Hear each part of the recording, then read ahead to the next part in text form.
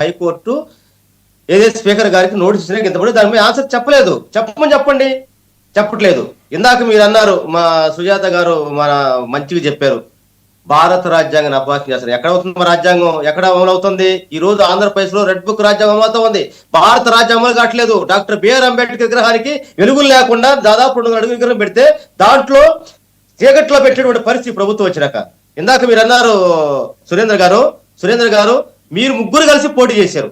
మీరు ముగ్గురు ఒకవైపు, వైసీపీ ఒకవైపు ప్రజలు స్పష్టంగా 40% ఓటుతోటి ప్రతిపక్ష పాత్ర ఇచ్చారు. ఆ ప్రతిపక్ష పాత్ర ఇచ్చిన దాన్ని స్వీకరించమంటున్నాం, మీరు గుర్తించమంటున్నాం. ఎస్, మీరు అన్నారు మా చంద్రశేఖర్ గారు తహలాడుతున్నాడు. ఎస్, తాడిపత్రి చంద్రశేఖర్ తహలాడుతున్నాడు. ఎస్, ఈ ప్రకాశం జిల్లాలో మా దళితుడు అద్దెంకి ప్రాంతంలో చింతల సీరైనటువంటి ఒక దళిత మాదిగ రైతు భూమిని మొత్తం తెలుగు పార్టీ వాళ్ళు కబ్జా చేస్తే పురుగుల మీద చచ్చిపోయాడు. ఆ కేసు గురించి చెప్పడానికి మాట్లాడటానికి. ఎస్, మా మల్లాం గ్రామంలో ఏదైతే పిఠాపురంలో మల్లా ఉన్నటువంటి మాలపల్లి వెళ్ళేసారు మన పవన్ కళ్యాణ్ నియోజకవర్గంలో, దాని గురించి మాట్లాడుకుంటా ఉన్నాడు. నిన్నగాక మొన్న ఏదైతే వినాయక చవితి సందర్భంగా వినాయక నిమజ్జనానికి కైకలూరు దగ్గర మాల యువకులు కొట్టారు. ఎన్ని ఉన్నాం, కానీ మాకు ఎప్పుడు ఇస్తారు? మాకు హోదా ఇచ్చి ప్రతిపక్ష పాసులు ఇస్తే ఈ సమస్యలు మొత్తం మేము ఈ రోజు ఒకటి మంది చెప్పదలుచుకున్నామండి. బ్రహ్మనాయుడు గారు, అసెంబ్లీకి మీరు కానీ ఇవ్వకపోయినంత మాత్రం మేము ఎక్కడ కూడా దూరంగా లేవు, ప్రజాక్షేత్రంలో ఉన్నాం. ఈ రోజు పొగాకు రైతుల గురించి, యూరియా గురించి, మెడికల్ కాలేజీల గురించి, అదేవిధంగా ఏదైతే మిర్చి గురించి అనేక పోరాటాలు చేశాం. పల్నాడు జిల్లాలో వినుకొండలో ఒక ముస్లిం యువకుడిని చంపేస్తే ఈ ప్రభుత్వం నిద్రలేపాం.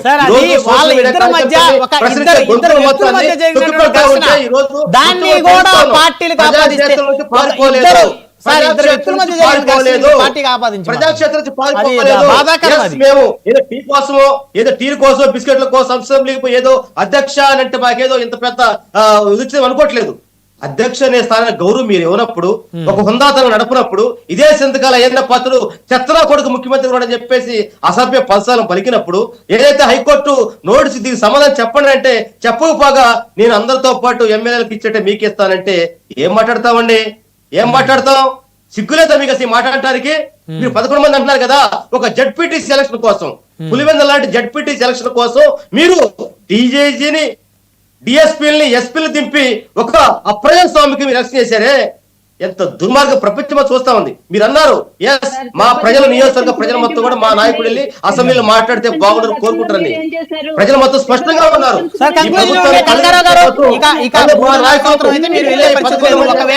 అసెంబ్లీలో నమ్మకం ప్రజలు ఉన్నారు కాబట్టి ఈ రోజు వైఎస్ఆర్ కాంగ్రెస్ పార్టీ ఎన్ని పిలుపునిచ్చిన ప్రజలు మొత్తం సిద్ధంగా కదిలిస్తుంటే కారణం ఏంటంటే ఆ నాయకుడు విశ్వసనీయత. అసెంబ్లీ అంటే దాకుంటే ప్రజాకోర్టులు ఈరోజు మేము మాట్లాడుతూ ఉన్నాం, ప్రజా ప్రస్థానంగా మేము నిలేస్తారు కనుకనే అక్రమ కేసు.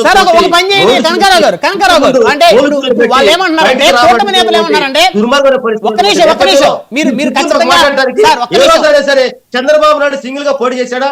ఏమా మీరు జనసేన వాళ్ళు మీరు సింగిల్ గా పోటీ చేసి మీ బతికేం తెలిసిపోయింది, బీజేపీ తెలిసిపోయింది.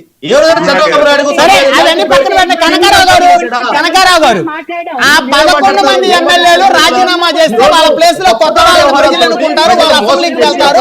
మీరందరూ కూడా మీడియా పాయింట్ లో ప్రెస్ మీట్లు పెట్టి మాట్లాడొచ్చు అని చెప్పేసి మాట్లాడుతున్నారు. మీరు విడిపోతే మీరు గెలవరు, అసలు మీ ప్రతిపక్ష పాత్ర కాదు కదా, సింగిల్ టికెట్ కూడా ఇచ్చేవాళ్ళు కాదు మీరు జనసేన వాళ్ళకి. చంద్రబాబు నాయుడుకి అది ఇటువంటి రివర్స్ అయ్యేదేమో. కనకారావు గారు సమయం